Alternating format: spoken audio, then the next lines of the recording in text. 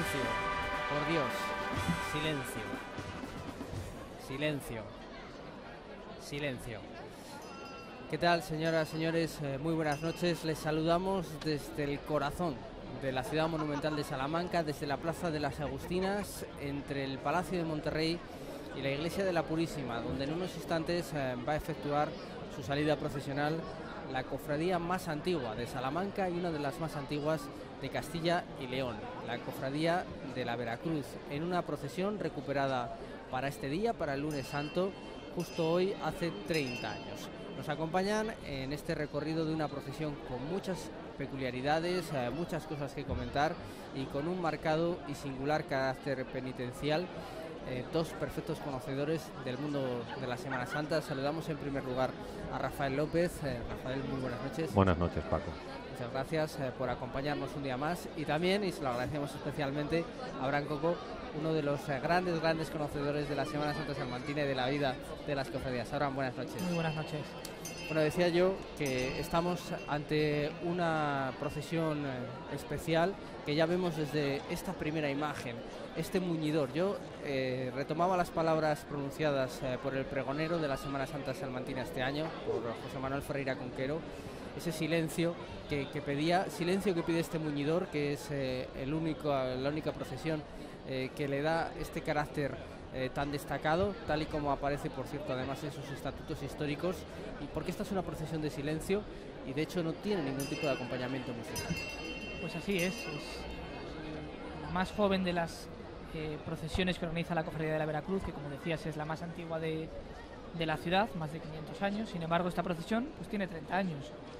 Ese muñidor que vemos que encabeza la procesión es una figura que aparece en las ordenanzas de 1615 y que la hermandad, que ha ido buscando la propia identidad de la procesión a lo largo de estas 3 décadas, pues incorporó hace ya casi 10 años para darle ese carácter de sobriedad, de silencio que la caracteriza ahora y que ha consolidado después de una década de ir introduciendo cambios, y veremos más tarde los pasos, pues que en efecto ninguno lleva acompañamiento musical.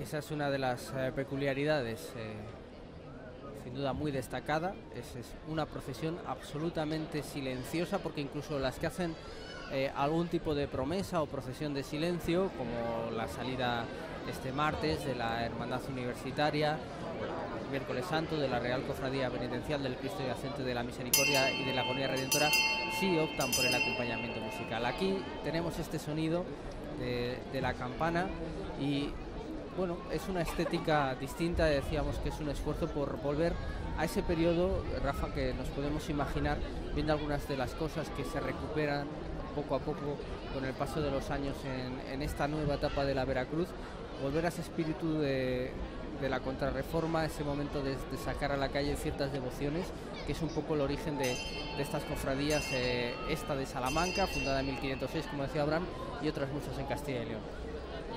Sí, un poco la idea es, en este caso, invitar a la gente a participar de la marcha penitencial. Es decir, vamos a anunciar que la procesión ha comenzado y entonces que queremos que la gente participe con nosotros de ella. En este caso, haciendo esa, o invitando al silencio, como estamos diciendo. Pero claro, indudablemente, como tú comentas, a lo largo del siglo XVII, sobre todo con la contrarreforma, las imágenes pasan a ser una parte importante de la doctrina católica. Y entonces se invita a la gente a participar también de esa manera, es decir, vamos sacando las imágenes a la calle, que la devoción pueda llegar algo más allá, que sea algo importante para la gente. La comunicación con estas figuras pues resulta importante para la oración, para el sentir la presencia de Dios en la vida del pueblo. Avanza la procesión por la cuesta de Ramón y Cajal, la cuesta de Moneo, como todavía la conocen muchas personas en la ciudad de Salamanca. Vemos que la noche es espléndida, para nada fría, es una noche muy agradable, y eso contribuye otra vez a que haya muchísimo público en un momento que bueno, le viene muy bien a la Semana Santa, que especialmente lo estábamos comentando en los momentos previos a la retransmisión, a esta salida procesional del Lunes Santo, que si bien hoy cumple 30 años, el número de salidas efectivas, digámoslo así, es mucho menor. Eso es, este año estamos disfrutando por ahora y parece que va a ser así durante el resto de la semana de un tiempo buenísimo que no siempre ha disfrutado esta procesión, que enlazando con lo que hablabais antes de la larga historia que tiene la hermandad, recuerdo que decía el pregonero de este año de la Semana Santa, José Manuel Ferreira Conquero, que es una institución entre las instituciones más gloriosas de esta ciudad, y es una cuestión que los espectadores tienen que tener en cuenta. Estamos viendo a una de las instituciones más importantes de Salamanca y no es un dato menor. Una procesión que solo tiene 30 años, pero que la hermandad pues ha sabido bucear mucho y muy bien en los últimos años, en la última década, desde que en 2006 cumpliera, celebrara su 5º centenario. Comenzó una búsqueda de sus archivos en elementos con los que contaban antes y que se habían perdido, y eso se sigue haciendo este año, que va a celebrar el 400 aniversario de alguna de sus procesiones. Pues ha hecho una labor de búsqueda en sí mismo, ¿no? de qué era lo que ellos tenían y que les podía hacer diferentes y que les podía dar un valor añadido, y en esta procesión lo han logrado de una forma magistral, en un día que había quedado vacío después de la crisis que había sufrido la Semana Santa, y que bueno, pues que se ha recuperado de una manera brillante. Es que claro, la Cofradía de la Veracruz, como hemos comentado, tiene más de 500 años de existencia. Era además la única que tenía la potestad de poder organizar procesiones en la ciudad. Es decir, si alguna otra cofradía, como ocurrió años más tarde, quería desfilar por las calles de la ciudad, tenía que solicitar permiso a la Cofradía de la Veracruz, y no siempre le era concedido. De hecho, hubo algún pleito con ocasión de un desfile que se quería organizar y que la Cofradía de la Veracruz no quería permitir que se hiciera. Entonces, un poco retomando todo lo que dice Abraham, claro, es que esta es una cofradía que tiene una historia larguísima, y que es necesario quizás recuperar todo ese tipo de tradiciones para volver a mostrarlas, para enseñar lo que también es nuestro, y que forma parte de la historia de la ciudad. Es un buen momento también, precisamente buceando en la historia, a la espera de que aparezcan las imágenes que hoy componen esta salida penitencial, la del Santísimo Cristo de los Doctrinos y la de Nuestra Señora de la Amargura, para explicar por qué el hábito de la Veracruz, que por cierto tampoco es una configuración histórica. Hay fotos de hace un siglo con otro tipo de atuendos, pero cuando se establece definitivamente este hábito se remarca ese color blanco y el color azul mientras vemos ya ahí al Cristo de los Doctrinos y al Cristo de la Cruz Verde, que enseguida hacemos un comentario sobre ello. Abraham, que es una de las novedades, decía que se remarca el carácter de la segunda parte también de la cofradía, ilustre cofradía de la Santa Cruz del Redentor y de la Purísima Concepción de la Virgen, su madre. Es desde el año 1525, la cofradía se funda en 1506, pero desde el año 1525 esta cofradía está fusionada con otra que ya existía en Salamanca sobre la Purísima, y eso también es muy interesante en esta ciudad, que no hay que olvidar que en el siglo XVI es uno de los grandes centros del pensamiento, sobre todo del imperio, del mundo occidental. Aquí la devoción a la Inmaculada Concepción, mucho antes de ser dogma, estaba tan arraigado que incluso pues el retablo de la Universidad de Salamanca, con el juramento de los doctores de Cachániga, ya establece que se jura ese momento de incorporarse al claustro de doctores ante la imagen de la Inmaculada Concepción.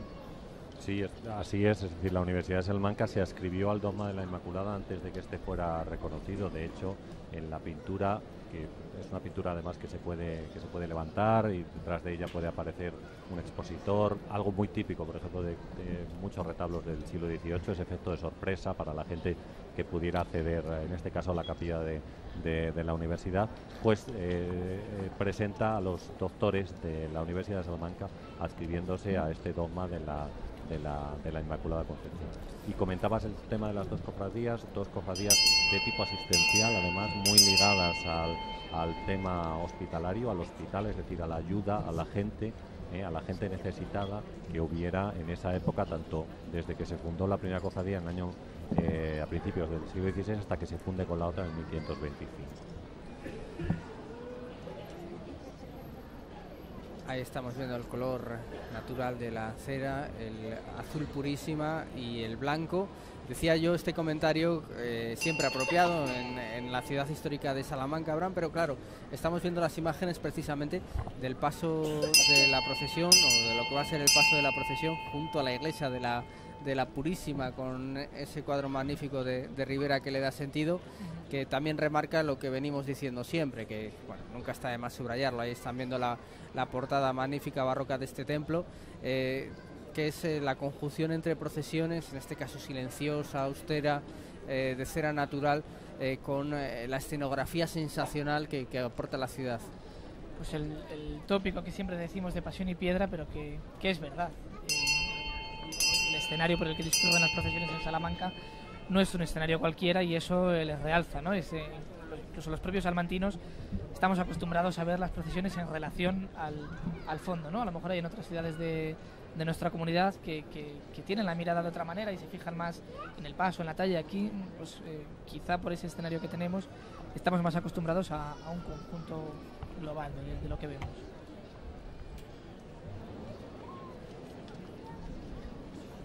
Bueno, esta es la imagen que compone parte de la procesión. Ahí vemos ya la figura del Cristo de los Doctrinos, que se recorta en este momento en el cierre justo de ese codo de la salida procesional. Recordabas, Rafa, precisamente que la cofradía de la Veracruz y la de la Inmaculada Concepción tenían un carácter muy asistencial, tanto es así que, recordando también lo que decía Abraham, pues era la responsable de uno de los principales hospitales de la ciudad, el Hospital de la Santa Cruz. Esto es en tiempos de Felipe II, que es precisamente el que le otorga ese privilegio de ser la única cofradía de la ciudad que podía organizar procesiones de penitencia. No todas las procesiones, de hecho había otras muchas en la ciudad, pero procesiones de penitencia era la única. Esto nos da muestra de lo que es la potencia que decías, Abraham, de una cofradía que llega a tener capilla propia, imprenta propia, por ejemplo, gracias. Hay que agradecerle muchas cosas, asistencial y en la Semana Santa, pero también culturalmente, porque gracias a la existencia de la imprenta de la Veracruz en la calle Serranos, por ejemplo, hoy conocemos las obras de Diego de Torres Villarroel. Sin esa imprenta, que fue su impresora, esta cofradía de la Veracruz, pues no tendríamos a ese personaje tan peculiar. La ciudad agradeció, coincidiendo con aquel quinto centenario del que hablábamos, se le entregó a la cofradía de la Veracruz la medalla de oro de la ciudad, que ejemplificaba. Hubo mucha gente que lo vio como un reconocimiento en general a la Semana Santa de la ciudad, pero es el reconocimiento a una institución que ha dado tanto por Salamanca y que sigue siendo tan importante en la ciudad. En la Semana Santa no tenemos que olvidar que esta es la segunda ocasión en la que sale a las calles. Ya salió el Viernes de Dolores y lo vuelve a hacer hoy. Todavía tendrá 2 ocasiones más en las que salir, además con características muy diferentes, incluso en los propios hermanos que desfilan. Hablaba hace un par de días con Antonio Santos, que es el actual presidente de la cofradía, sobre el tipo de hermano que sale en cada uno de los desfiles. No todos salen en todos los desfiles, quizá en el del Viernes Santo sale alguno más, salen todos porque el número de pasos es mayor, y me comentaba que en la procesión del Lunes Santo hay mucho cofrade joven, que es prácticamente de los 4 desfiles que tienen, en el que más cofrades jóvenes se concentran de todos los que tiene la hermandad.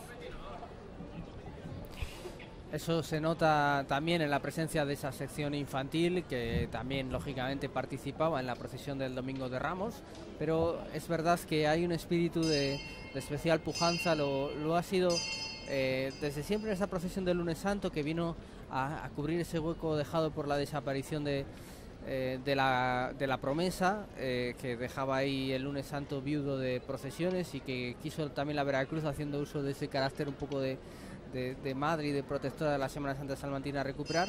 Pero desde el año 2010 específicamente, que se ha ido eliminando pues mucha carga de adornos, de florituras, de flores, de acompañamiento musical, todavía se nota más, y hoy tenemos una procesión sencilla, de una configuración sencilla y austera al máximo, que entronca perfectamente con todo ese espíritu salmantino, castellano y leonés, que venimos diciendo del siglo XVI para acá.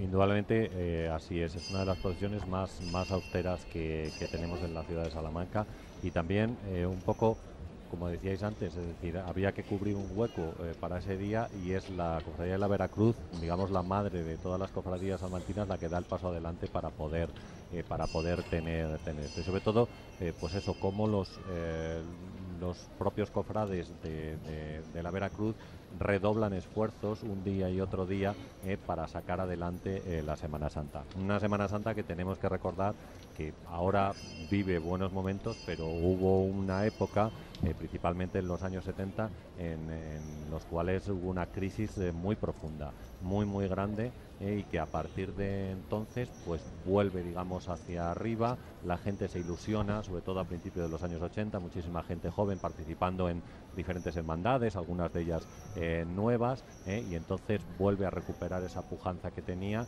y bueno, que podemos apreciar ahora mismo en cada una de las procesiones que tenemos en la ciudad. El interés es indiscutible viendo esta imagen y otras muchas que hemos visto y veremos seguramente estos días, cómo está la calle al paso de estas imágenes. Ahí vemos, ya decía Abraham, una de las novedades de este año es esa curiosa imagen que es una de las procesiones, una de las presencias en las procesiones, que es ese Cristo de la Cruz Verde, que es otro ejemplo de los elementos que se han ido recuperando, es uno de los esfuerzos por ir recuperando patrimonio. Este es el Cristo de los Trinos, pero anteriormente a él va portando un hermano, ese Cristo de la Cruz Verde, que podemos decir en cierta medida está de estreno este año. Eso es, bueno, dentro del gran patrimonio que guarda la Cofradía de la Veracruz en su capilla, no solo están las imágenes que van portadas a hombros, sino otra pequeña imaginería, como este Cristo de la Cruz Verde, que ha sido restaurado para esta procesión por Isabel Pantaleón, que es pues la restauradora que en los últimos años se está encargando, un poco como nuestra cirujana, ¿no? La cirujana de las imágenes de las tallas de Salamanca, que se está encargando de recuperar todo su esplendor, tanto en la ciudad, incluso ya en algunas localidades de la provincia. Y bueno, pues ha eliminado algunas capas de repinte que impedían que la disfrutáramos. Hasta 3 capas de repinte, por ejemplo. Leía en un artículo que ha escrito ella que tenía la cruz, y bueno, ha recuperado un tono verde oliva, que es el nombre característico que le viene del Cristo de la Cruz Verde, que es un Cristo que la hermandad llegó a utilizar para los funerales y entierros de sus propios cofrades. Un Cristo que incluso tenía en una zona, bueno, pues cerquita de aquí, su propia plaza hasta hace no mucho, por una discusión etimológica, curiosamente, y aunque hay algunos establecimientos y arraigo comercial con esa denominación de Cruz Verde, que procede de esta imagen que están viendo, como decía Abraham perfectamente, la imagen que acompañaba a los hermanos de la Santa Veracruz en los entierros, pues al final se ha cambiado por Plaza de la Cruz Verdadera, en homenaje precisamente a la Cofradía de la Veracruz, porque está en una de las zonas de la trasera de su propia capilla. Bueno, estamos viendo el transcurrir de el Cristo de los Trinos por esta cuesta de Ramón y Cajal, entre la Huerta de las Adoratrices y lo que se conoce como la casa de don Filiberto Villalobos, y allá podemos apreciar, Rafa, que estamos ante una procesión que también es distinta a lo que hemos visto hasta ahora en la Semana Santa. Es bastante distinta, lógicamente, al Cristo del Perdón, lo que veíamos ayer en cuanto a adornos, en cuanto también a la manera de caminar, y muy distinta, obviamente, al Jesús despojado que salía de este mismo punto de la Iglesia de la Purísima en la tarde del Domingo de Ramos. Bueno, yo creo que una de las primeras cosas que debemos destacar es que, es decir, la escultura va cargada a hombros, por ejemplo, mientras que ayer, por ejemplo, en la imagen de Jesús despojado, pues cargan a costal. Esa sería una de las diferencias. La mayoría de los pasos en Salamanca salen cargados a hombros, exactamente igual que esta, la de Jesús despojado, pues es un tanto diferente, pero vamos, digamos que esa invitación al silencio que nos viene haciendo el mulledor desde el principio se puede apreciar y se nota perfectamente en la calle y en el respeto que tiene la gente. Y luego tenemos la presencia de los hermanos y cómo los hermanos expresan su sacrificio, o sea, cada uno de ellos en su manera. Acompañando con la vela, cargando, caminando con una cruz, con cadenas, cargando la cruz verde, es decir, cada uno tiene su manera de expresar su sacrificio. Y eso yo creo que es lo que hace que esta Semana Santa sea importante. Recogimiento, silencio, y sobre todo esa expresión de sacrificio. Bueno, estamos viendo la imagen sensacional, espléndida, que sobrecoge, ¿no? Desde luego el efecto que consigue la iluminación natural mezclada con la iluminación monumental, ver esa fila de hermanos que avanzan, anticipando, como decía Rafa muy bien, el trabajo y el esfuerzo de un Cristo muerto que ahora vamos a ir viendo mucho más cerca. Es pues uno de los grandes instantes, ese silencio que se concita al paso de estas imágenes. Decimos que hay muchas maneras de vivir la religiosidad, cada uno la puede vivir como más le salga del corazón, pero desde luego esta entronca perfectamente con nuestro modo de ser. Desde luego no hay duda, el caso del que hablaba Rafa, el caso de la Hermandad de Jesús Despojado es la excepción en la ciudad.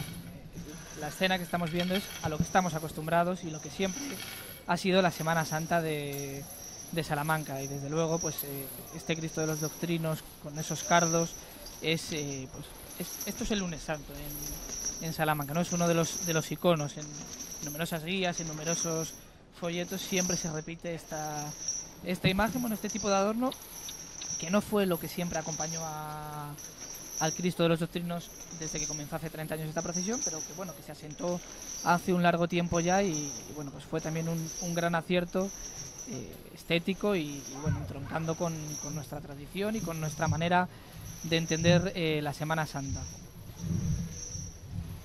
Estamos oyendo también esas cadenas, ese ruido que es otro de los sonidos que podemos decir de la Semana Santa, ¿no? Un sonido que también ha tenido altibajos. Es verdad que la presencia de disciplinantes o penitentes era muy habitual en un momento, después prácticamente desapareció por completo, y ahora mismo pues vuelven a salir. Ayer en el Perdón, que es una de las hermandades en este caso que lo ha mantenido, lo veíamos, y aquí estamos viendo a dos personas que también manifestando sus sentimientos, su promesa, su gratitud, según los casos, está acompañando al Cristo, compartiendo su sufrimiento, que al final eso es llevar la cruz. Bueno, yo cuando trato de explicar la Semana Santa a mis alumnos, que la mayoría de ellos son americanos, son extranjeros, siempre establezco una conexión con la Inquisición. Y entonces digo que cuando a una persona que había cometido un pecado se le quería, castigar, se le colocaba un gorro cónico encima de la cabeza y se le hacía pasear por las calles de la ciudad hasta que se realizaba un juicio a esa persona en concreto.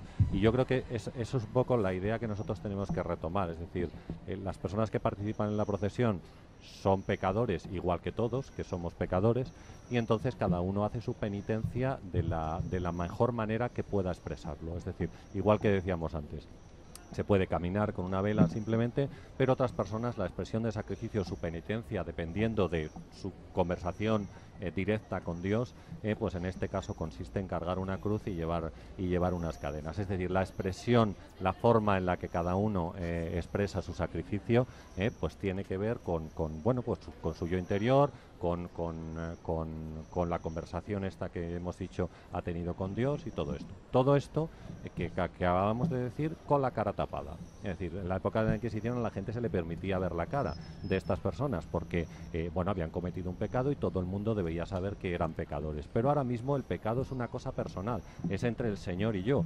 solamente. El Señor es el único que sabe que yo voy ahí, descalzo, con la cruz, con las cadenas, cargando el Cristo, con la vela, cada una de las cosas. Entonces es mi sacrificio y es lo que yo he ofrecido para realizar esta marcha penitencial. O sea que también tenemos que rememorar un poco la historia cuando estamos viendo todo este tipo de cosas, todo este tipo de acciones en la calle, todo este tipo de sacrificio, que es un poco la palabra central de este tema: sacrificio, penitencia.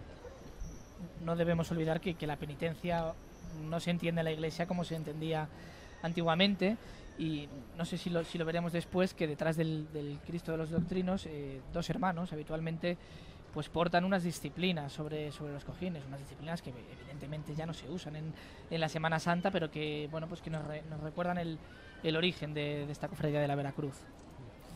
Estamos viendo ese paso pues muy cerquita de nuestras cámaras, de nuestra unidad móvil. Hemos disfrutado auténticamente de unas imágenes espectaculares de este Cristo de los Doctrinos, que es una talla anónima del siglo XVII, quizá inicios del siglo XVIII. Ahí está el debate historiográfico, que es una buena talla de madera de autor anónimo, seguramente inspirado en los modelos de Gregorio Fernández, Rafa, y que pues entronca con ese tipo de crucificado de esa época que venimos comentando. Sí, es un Cristo, se tiene dudas sobre si es un Cristo de finales del siglo XVII o principios del siglo XVIII. El problema es que, claro, no existe documentación, no conocemos al autor, ni tampoco se le ha hecho ninguna inscripción hasta el momento. La única característica que tenemos que nos llama un poco más la atención es el paño de pureza. El paño de pureza, que es un paño de pureza en aspa, colocado en forma de cruz, que resulta muy curioso y diferente a otros ejemplos que aparecen. El único caso que tenemos en la ciudad similar o muy parecido a este Cristo es el Cristo del Amor y de la Paz, que también es anónimo y que también el paño de pureza lo tiene colocado en forma de aspa. Es decir, pero siguiendo los modelos tradicionales castellanos, como tú acabas de indicar, es como se realiza este Cristo. Es decir, un Cristo muerto, un Cristo con 3 clavos, con la cabeza inclinada hacia la parte derecha. Quizás los Cristos de Gregorio Fernández sean un poco más violentos, un poco más sangriento que este. Este es un Cristo que aparece un poquito más limpio de sangre. Me refiero, por ejemplo, a todas las heridas de las rodillas que suele tener, y el maltrato que sufrió en la espalda en las esculturas de Gregorio Fernández. Este quizás es un poquito más delicado, pero indudablemente está siguiendo los modelos tradicionales de la escuela castellana. O sea que por ahí tenemos que intentar buscar al autor de esta obra.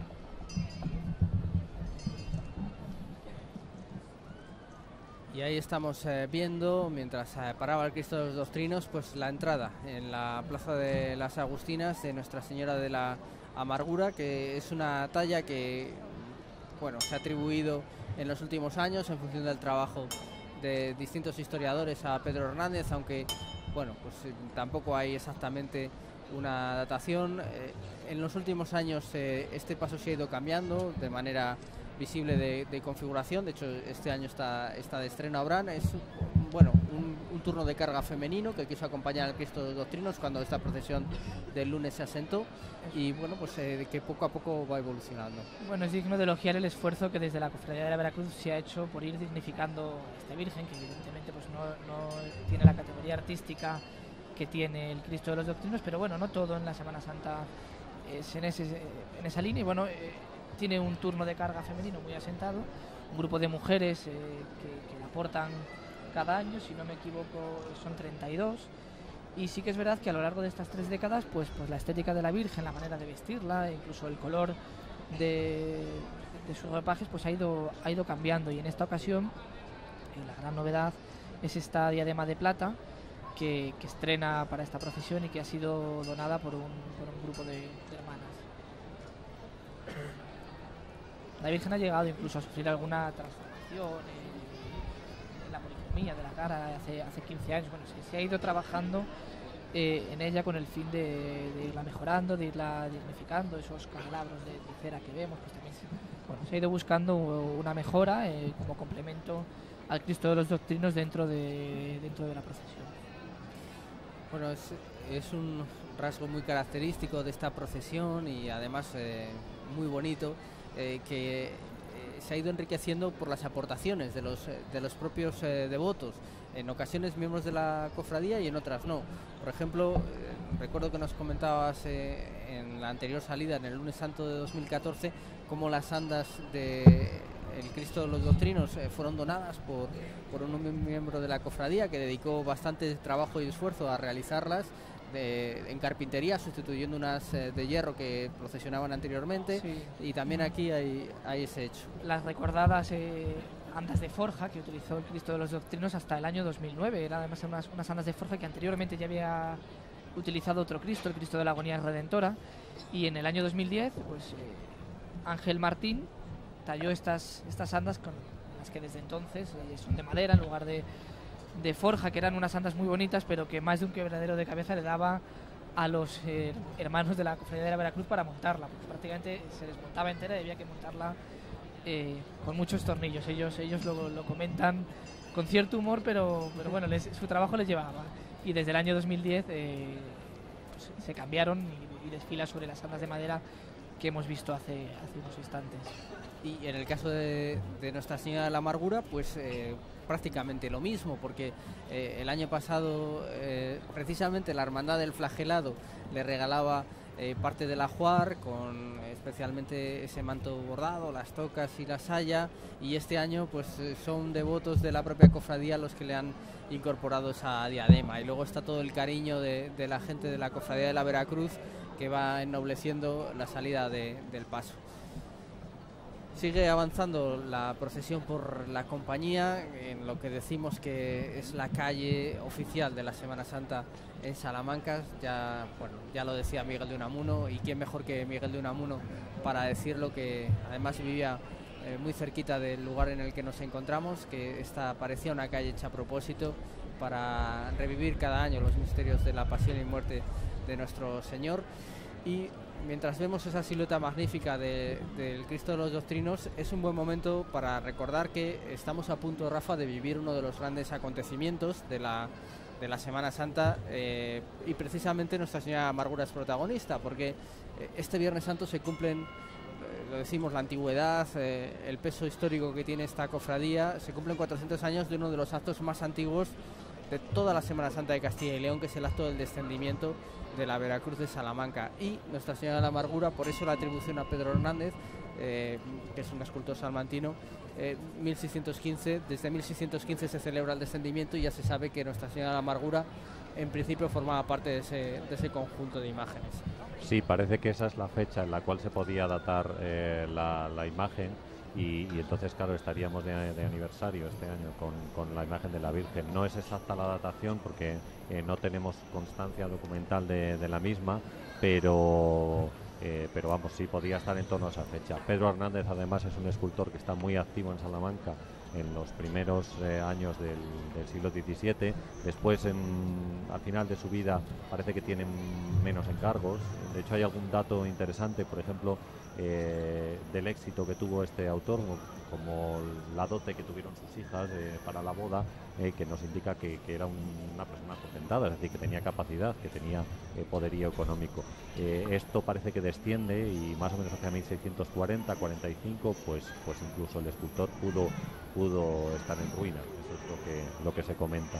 Pero bueno, al principio va a tener multitud de obras, o realizar multitud de obras, de las cuales incluso no hay localizadas muchísimas de ellas, porque que si fue realmente un escultor de éxito, pues bueno, simplemente localizamos algunas, pero no todas las que realizaría este artista a principios del siglo XVII en la ciudad de Salamanca.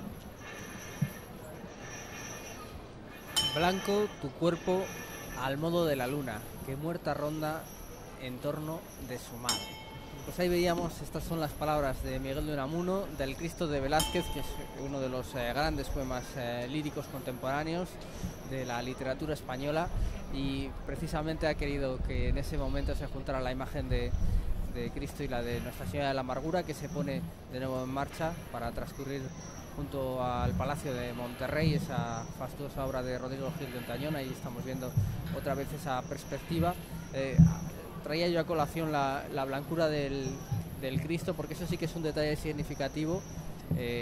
Veíamos que bueno, el Cristo de la Cruz Verde también es una de esas tallas en las que se podía apreciar, afortunadamente ahora más, con la eliminación de los repintes, esas encarnaciones peculiares con las que en el barroco se remarcaba la condición no solo de muerto, como es el caso del Cristo de los Doctrinos, que ya es un Cristo muerto, sino que además de un cuerpo castigado y exangüe, porque así lo dice el relato evangélico: cuando se le clava la lanza ya no emana sangre sino agua.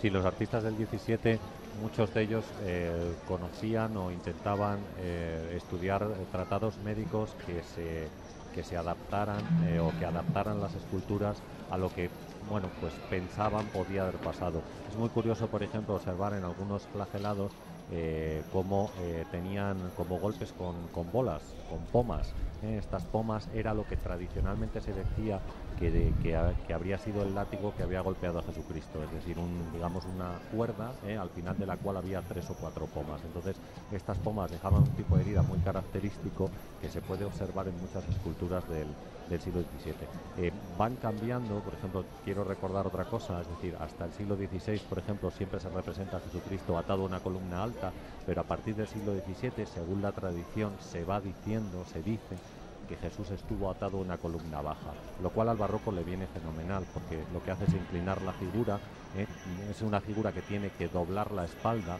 En ese movimiento curvo estamos más cerca de la estética del barroco. Y un poco retomando todo lo que tú dices, pues claro, estos tratados médicos indicaban que si Jesucristo había perdido toda la sangre después del maltrato recibido, después de los latigazos, los paseos y todo esto, pues entonces claro, la figura se hallaba, tenía en algunos casos un color verdoso, incluso amoratado en su cuerpo, ¿no? Como se puede apreciar en multitud de figuras, en el Cristo de la Cruz Verde, ¿no? Por ejemplo, o en este Cristo que tiene un color tan blanquecino que nos hace pensar en esa idea también de que ha perdido toda la sangre, y de que bueno, ya no le queda nada por dar, sino no puede dar más, ya lo ha dado todo. ¿Qué escena, Abraham? La subida de la compañía. Hay muchas procesiones que han elegido esta calle porque realmente dota la salida de un significado especial. Se cuentan, yo creo que con los dedos de una mano, las hermandades de la ciudad que no atraviesan esta calle, bueno, no entera, pero bueno, que al menos atraviesan una de las partes de la calle Compañía. En este caso, la hermandad la vemos ahora de subida. Cuando la coronen estará la Casa de las Conchas y la Clerecía, y desde allí pondrán rumbo a la catedral nueva de Salamanca, porque en esos cambios que la hermandad ha ido introduciendo a lo largo de este tiempo, pues está también el paso por la catedral para hacer estación de penitencia entre Santísimo. Será el punto de inflexión del desfile, y a partir de ese momento el desfile comenzará su retorno de nuevo hacia la capilla de la Veracruz, allá por la medianoche.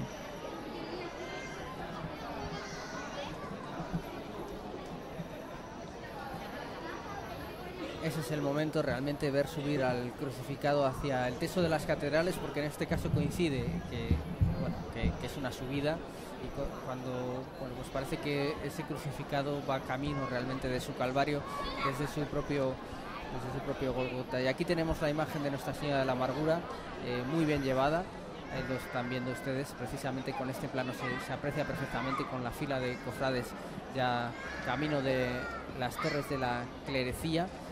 Siempre la imagen de María, aunque como decías, en este caso no estamos ante una de las grandes obras de la imaginería procesional salmantina ni de Castilla y León, donde hay muchas y muy buenas, afortunadamente, pero siempre despierta una especial devoción, y es fácil ponerse en el lugar, ¿verdad?, para quien está ahí, de lo que tiene que pasar por los ojos de una madre. Sin duda, además lo hemos comentado antes, que a mí me parece raro entre nosotros, ¿verdad?, que está el valor artístico, pero está el valor devocional que las tallas tienen para los cofrades, y contra ese no hay catálogo ni medición que valga, porque cada uno sabe la devoción que tiene por su imagen al margen de estas cuestiones. No hemos comentado tampoco que la Virgen de la Amargura forma parte de ese grupo del descendimiento. Estas dos imágenes, que ahora van en pasos separados, el Viernes Santo desfilarán en la procesión del Santo Entierro, que organiza también la Cofradía de la Veracruz y que cumple 400 años, pues procesionarán las dos juntas junto a San Juan y a María Magdalena.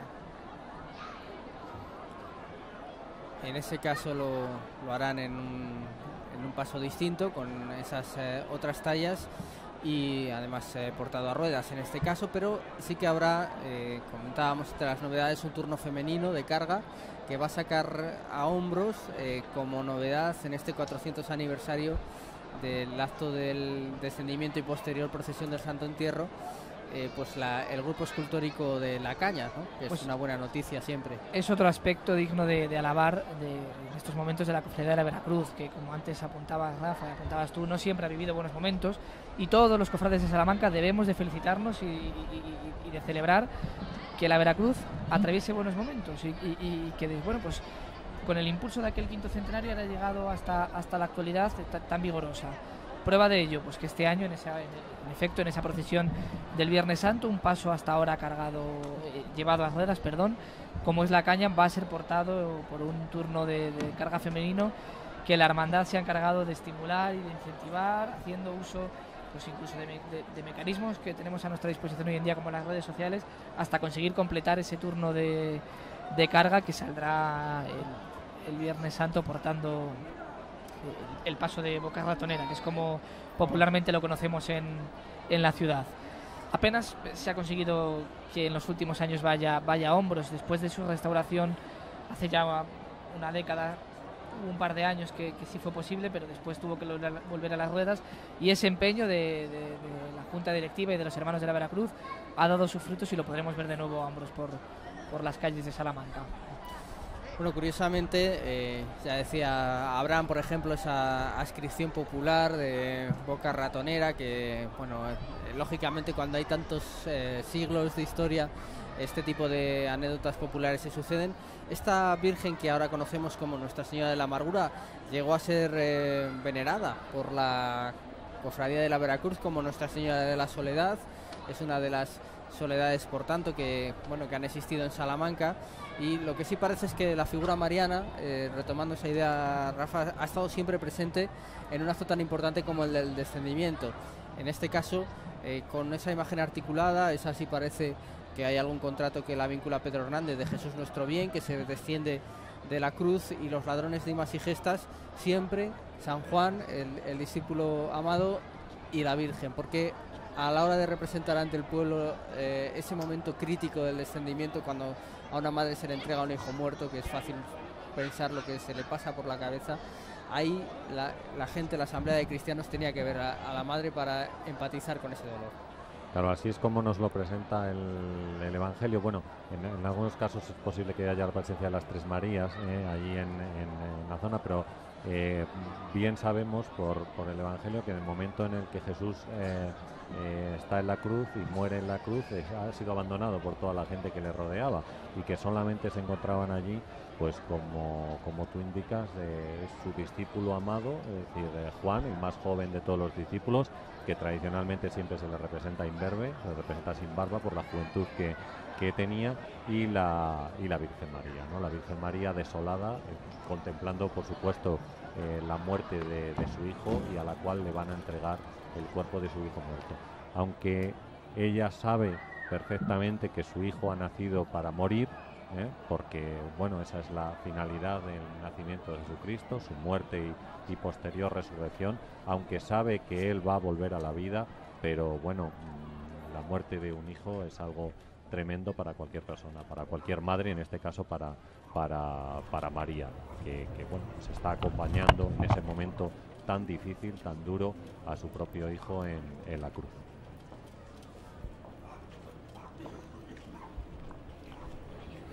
Ahí está esta imagen de estreno de Nuestra Señora de la Amargura, con esa nueva diadema que compone ya, imaginamos, una de las estampas que va a permanecer en la Semana Santa salmantina, pasando por esas piedras doradas que componen los muros históricos y ancestrales de esta calle de la Compañía.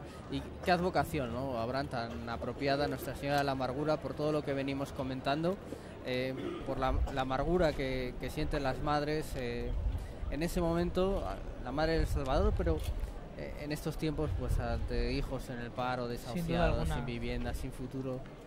Eso lo reflejó muy bien, volviendo a una alusión del principio, Ferreira Cunquero, el pregonero de esta Semana Santa, que bueno, pues hilvanó una serie de ideas en las que mezcló las nostalgias, los recuerdos, el elogio de la estética de la ciudad, sin olvidar pues la trascendencia social, ¿no? Y nos hizo muchos paralelismos entre las imágenes de madera que vemos procesionar en las calles y esas madres que ven a sus hijos en las drogas, en el paro,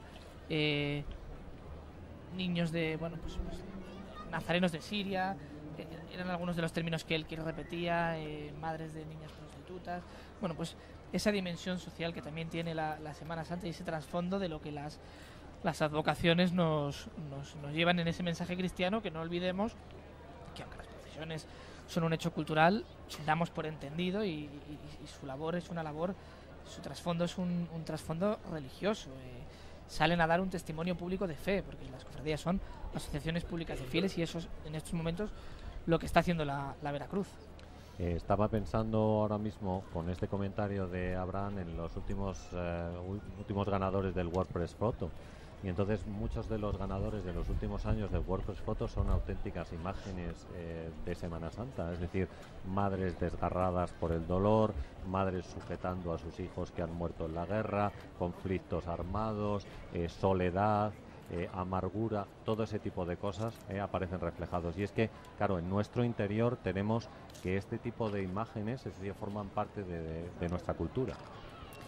Bueno, pues evidentemente no hay dolor como el de una madre, ¿no? Mirad y ved, ya lo dice el relato. Estaba hablando Rafa precisamente de esta situación que venimos remarcando, ¿no? Es verdad que la presencia de la Virgen María es tan antigua y tan propia en la Semana Santa. Yo estoy ahora pensando también en la procesión del Jueves Santo, en Amor y Paz, que enseguida, en cuanto pudo, pues añadió al Cristo del Amor y de la Paz la imagen de María, nuestra Madre, porque es la manera de cerrar el círculo. Creemos en la salvación, creemos en la resurrección, pero también hay que recordar el mucho dolor de los padres y las madres. Es un binomio habitual en las procesiones. Aquellas procesiones que se componen de dos pasos, en la mayor parte de los casos, pues primero va el hijo y detrás va la madre dolorosa. Sucederá en varios casos, no en todos, porque hay incluso alguna procesión en la ciudad en la que habiendo dos pasos salen dos Cristos, pero sí que en aquellas en las que salen dos pasos, pues casi siempre son el Cristo y su madre, que va dolorosa detrás. Tendremos algunos casos como el de mañana, que también podremos disfrutar, en el que el Cristo de la Luz y Nuestra Señora de la Sabiduría en ese caso forman un único conjunto. Ahí mismo, en la Iglesia del Espíritu Santo, en lo que todos conocemos como la clerecía, se custodia ese conjunto del Cristo de la Luz y Nuestra Señora de la Sabiduría, que siendo imagen de distinta mano componen, pues sin duda, uno de los conjuntos más perfectos y acabados que tiene la Semana Santa salmantina, con ese juego de miradas, un juego de miradas que también evidentemente en el barroco se trabajaba hasta el extremo. En el caso de escultores como podría haber sido Pedro Hernández, de cuya gubia quizá pudiera haber salido esta imagen, aunque ahora la vemos, como apuntaba muy bien Abraham, ya modificada por los últimos retoques de los últimos tiempos, esas miradas perdidas, esas miradas que tratan de asimilar lo que no se puede asimilar. Sí, la expresión es importantísima, pues digamos desde que Giotto transforma el mundo del arte y entonces comienza a hacer esas figuras que se desgarran y que sufren por un dolor inmenso causado no por un maltrato físico, sino por pues el dolor de corazón, vamos a decirlo así. Entonces, claro, el barroco, que es una época donde el realismo es tan importante, pues la mirada también lo es. Entonces se juega con diferentes elementos en el rostro para hacer que este parezca más real o que intente transmitir ese tipo de sentimientos. Se arquean las cejas, se añaden lágrimas, a veces de diferentes colores, se trabajan los pómulos, las mejillas, el mentón. Cada una de las cosas, cada uno de los elementos está perfectamente estudiado. Bueno, pues con esta imagen ahora sí de Nuestra Señora de la Amargura, tomando su turno de carga, un momento de respiro antes de continuar esta ascensión complicada por la calle de la Compañía. Vamos a despedir lo que ha sido el lunes santo en Salamanca. Abraham Coco, muchísimas gracias por tu compañía y por tus acertados apuntes como siempre. Rafael López, muchísimas gracias. Gracias a vosotros. No nos queda más que recordarles que la Semana Santa está en marcha, que estamos disfrutando de imágenes auténticamente memorables y que para ello nada mejor que seguir en Castilla y León Televisión. Muchísimas gracias.